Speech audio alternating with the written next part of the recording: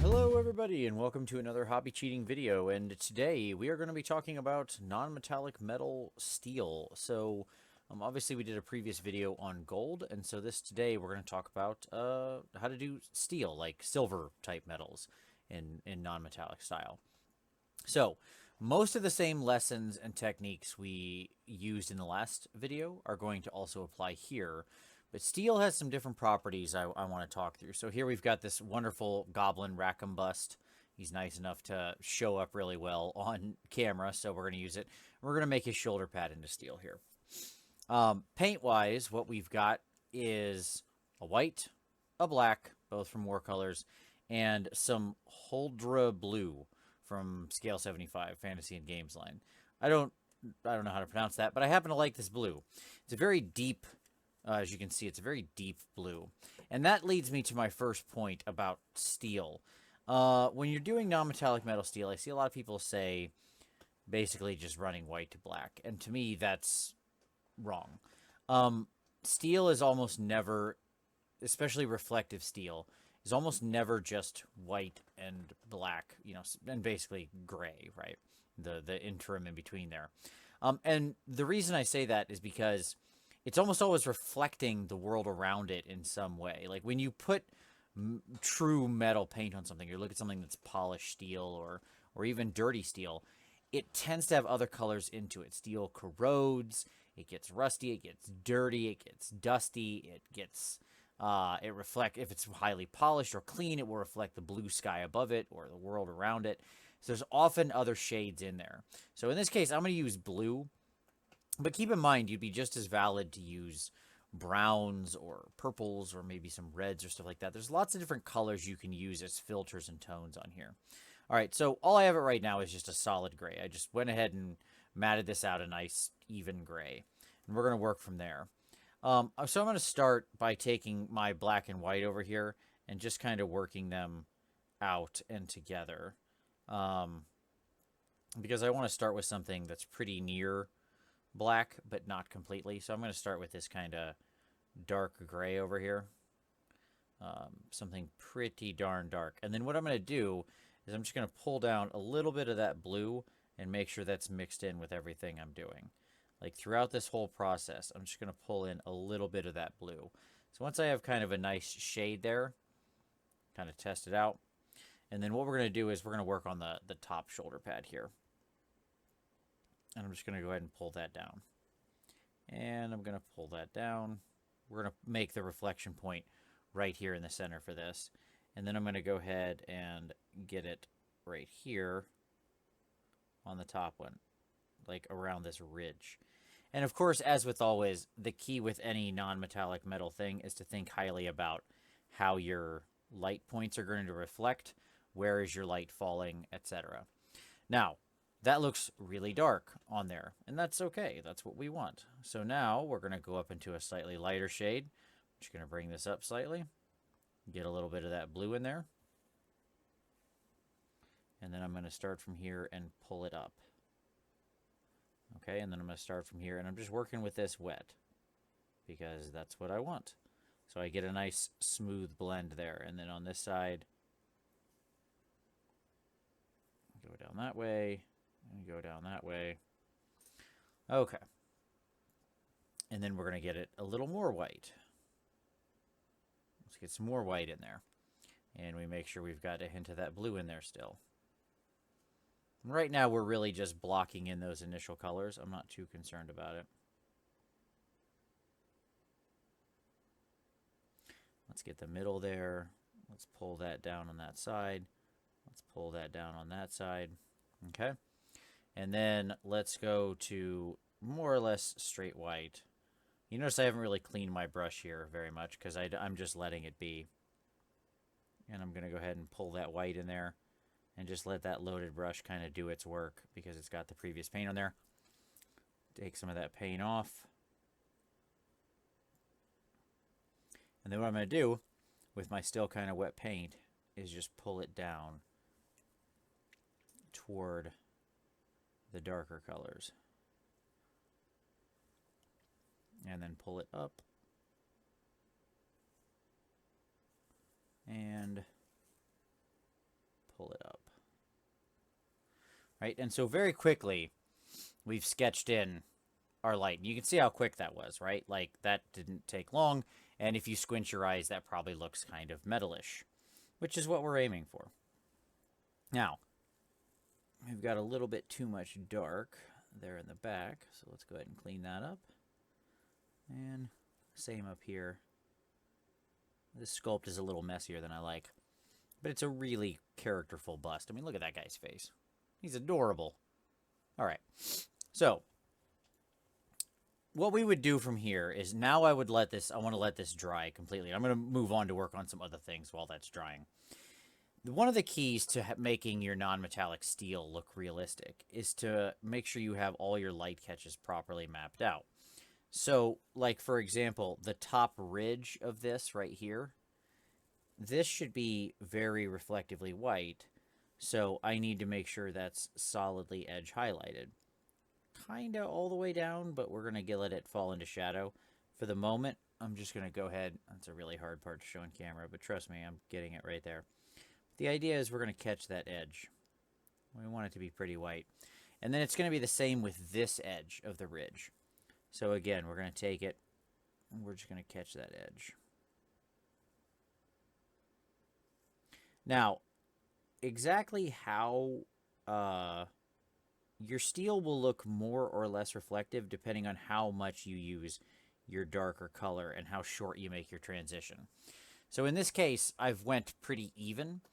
But if I took the dark and extended it way up here and just had a very short transition up to a sharp white, that white would look much brighter. The steel, the non-metallic steel, would look much darker. So you can play a lot with how wide your transitions are. Obviously, if you do a very short transition, it can be much more challenging because you have to go through from white to black in a very short amount of space. But it can be a cool effect. So think about how wide you want this distinction between the darkest part and the lightest part. You can go with just kind of an even move across, and there's nothing wrong with that. It's fine. It's just not going to look as, you can push the visual interest by kind of changing your spectrum there of light. If it's mostly the lighter color, it will look like more polished steel, etc. Okay, so what we're going to do here is we're going to bring some of this light down into the very edges. Just pull some white down here. Clean that brush and then pull it up. And then pull it up. And when I say clean the brush, I'm obviously just licking my brush clean. So there you go. If you don't like licking your brush clean, don't do that. That's fine.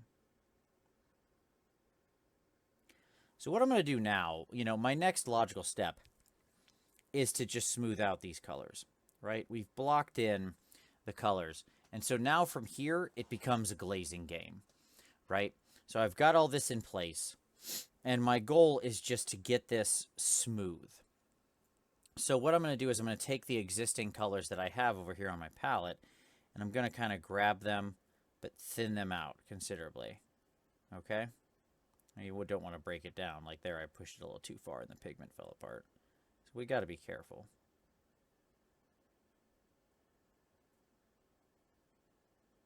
There we go. That should be good. Okay. As usual, we do the old back of the thumb test, run it over something on your hand. You can see how dark it's going to end up. And so we always want to be pulling in the direction we're going toward here, right? And then, so we put on a little glaze, and then we clean the brush and bring it up. And we just kind of void it out. And then we're going to do the same thing in the other side. And you notice I'm letting that blue be just a little accent color in there. I'm also not worrying if I screw up my edge highlights. I really put those in there first just to start reinforcing them. As I mentioned in a previous video, I do my edge highlighting like 3 or 4 times throughout the process. I don't just do it once. I actually think you can get nice effects by repeating it a couple times. So it's just my personal choice. Your mileage may vary. Do what you like, as it were. Whatever works for you. That's the right answer, as always.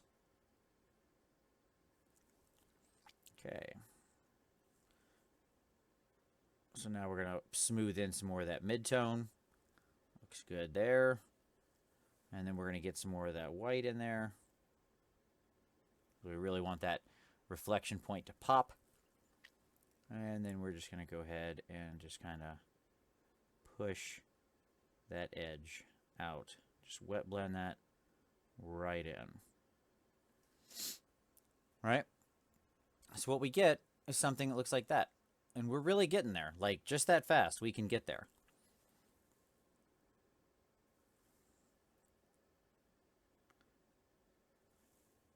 Now, this is a pretty forgiving angle because it sort of all logically makes sense.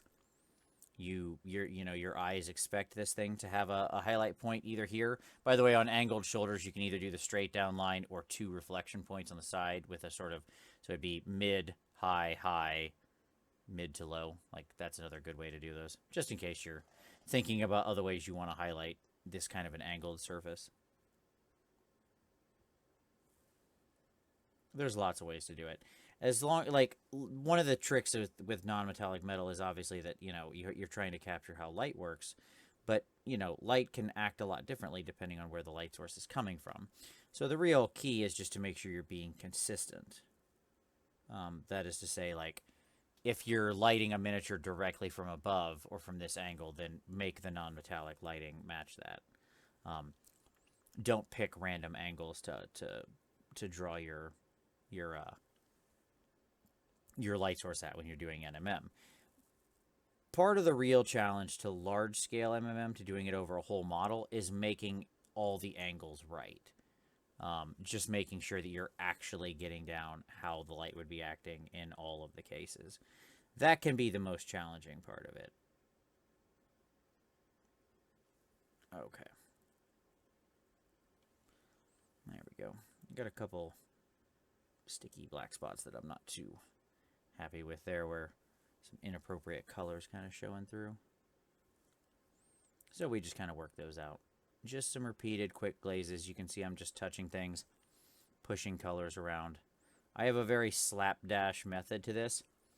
I just keep cleaning the brush, doing progressively thinner glazes, and so on and so forth. But something like that is probably in the right neighborhood. We need to work that angle. I really don't like how that's turned out. Okay, that's all right. All right, so there we go. So we got a nice, even sort of blend there, or at least good enough for our current purposes. If I was, how far you want to take this depends on what your aim is, right? If you were doing something for competition, I'd probably do this another 4 or 5 times, just really, really smoothing everything out. If you're doing NMM on something that's just for fun, for your own project, do it as many times as you like. Sam Lenz has a great rule of, if you like something, do it 3 more times. And I think that's a pretty good rule. I do like that rule. Okay. So, we've got that in there. It's looking nice. We'll push that white just a little more again. Because you really have to have the high and the low. That's the key, right? The selling of this illusion is about tracing this whole area.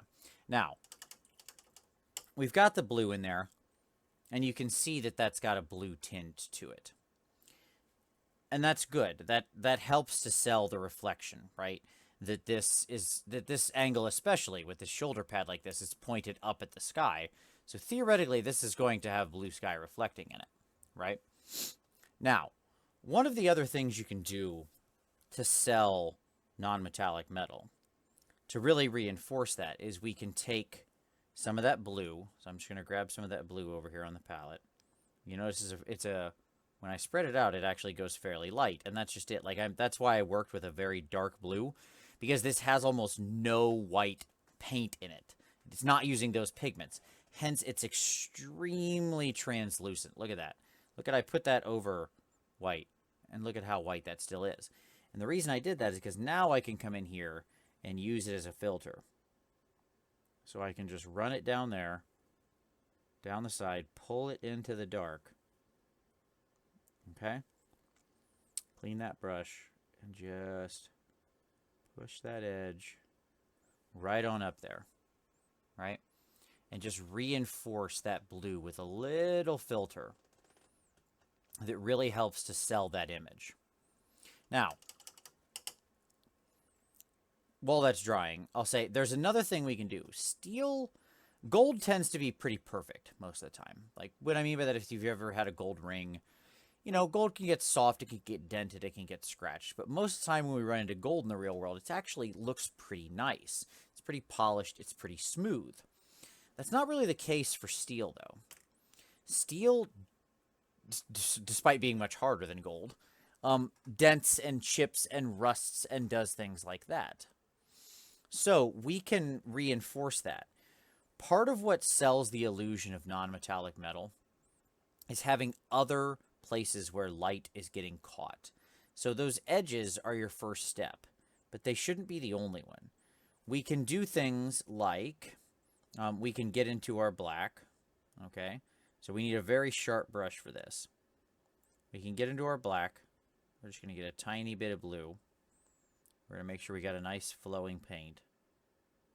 Okay? And on the corner here, and you got to have, this is where you got to put on this is where you got to lose your fear. Because what we're going to do is we're going to take our nice smooth glaze and we're going to draw a black line right across it. Just like that. Okay?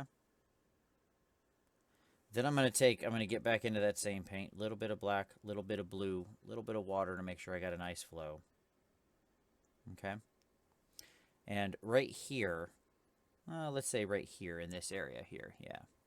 I'm going to go and just put a little, like, sort of triangular dot. Okay? Just like that. So I know those are very small. Okay? Now I'm going to go into my white, but I'm going to make sure I've got a little bit of the blue, a little bit of the gray, but I still want it to be mostly white. Okay? Very sharp point. Wick off some of that extra paint.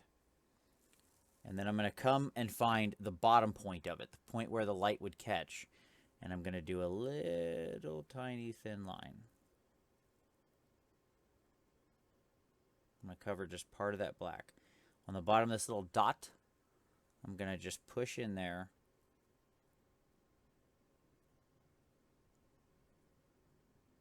And try to underline that. Just like that. Okay? And so now what we get is a much more 3D effect, right? Look at how much different that looks because of that little tiny catch point of light. We can go farther. Not all of our little white dots have to necessarily have shadow points. And by the way, I did the black from the white. I know that it doesn't make as much sense. A lot of people like to do the white first because it's easier to put the black over top. I've just had better experience this way. Try it both ways. See what you like best. That's my answer. So I can take that white and I can go ahead and I can kind of just very, very lightly touch and just put a couple other little points around. We don't want anything big.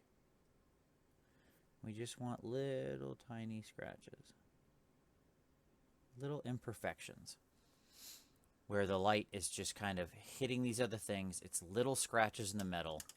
Right? We're going to really get tight in on that. Let me just zoom in there real nice. Okay? You see what that looks like? So what that does, let's get rid of that other gray. Let's cover that up so you're just looking at that one. You can see how each time I add another little catch of light, it's selling that illusion more. That I'm looking at something real that's interacting with the light. It's creating more visual confusion. The other advantage here, by the way, is that if your blends aren't completely smooth, when you scatter a little of this stuff around, it can hide that. The eye isn't drawn to the inconsistency in the blend as quickly. And you can see how it sells that illusion that is real metal. And that's basically it. From there, you just rinse and repeat. You know, I would do the same thing on the next one or on the next plate. I'd add some more scratches. Maybe they'd be along the same line. Like maybe I'd take this scratch and extend it all the way down. That's another thing that can help reinforce the realism. You know, if you've got a single scratch along here, take it down to the next, like skip a spot. Don't make it start right here. Make it start about right here, and and then make it start about here, and then that way it looks like something hit it and cut into it, but didn't go all the way in, right? So the more realistically you show this damage or these scratches or these things, like if they look like they're interacting in a way with the armor in a way that this thing would encounter it in the real world, it will ring more true to the viewer. Okay? Kind of your final point is you want to make sure, like I said before, that you've got really, really good catch points. So one of the last things you can do to really sell it is you can come in and just make sure you put a nice dot of white right in kind of the center of your line, just to make sure. I like to do it on kind of both edges of a light line like this. That's my own personal taste, so it kind of looks like it's, light towards the edges. If you've ever seen a reflection of like where the white bar is in a reflection, it's not even throughout. It kind of varies in intensity, usually because of the sun, frankly. But that kind of thing can really, again, it's just all these little tiny touches are selling the illusion. And that's what an NMM is. It's just tricking the eye. So we want to put in as many little things like that as we can to trick the eye into believing that what you're seeing isn't just black, white, and blue paint, but in fact metal. Okay? And you can see the difference those cuts make. Like, there's that side. There's that side. Right? And it's the same thing down here. He actually has like a little rivet down here on the side. I would outline that rivet normally in white, right? And make sure there's a nice black line above it where it's deep in shadow. That sort of thing. Each little thing on the armor should have its own little catch point of light. That way each one looks like the edge is reflecting legitimate metal. Okay? So, there you go. That's non-metallic metal steel. It's pretty much that easy. And by pretty much that easy, I mean push paint around and see what you like. For me, I prefer white, black, and mixing my own gray. Your mileage may vary. If you've got some grays you like, you can always use it. I just like the control pure white and black give me. As far as blues go, I like this particular Holdra blue for this, but again, you can use any blue you like. My advice for the blue, though, would be use something in the darker blue. A dark blue like this, thinned out, will become very light. But if you try to bring in like a sky blue, something that's very pastel, it's not going to work. Because what you need is a blue that's going to be very translucent. So the more white, the brighter the blue. The more white is in that paint, the less translucent it's going to be, the less it's going to sell this effect. Okay? So, there you go. That's non-metallic metal steel. I certainly hope you enjoyed that. Give it a like if you did. Subscribe for more hobby cheating in the future. Give this a share if you know somebody who's looking to learn the technique. Sharing is always the nicest thing you can do. It's very, very deeply appreciated. And as always, see you next time. Bye.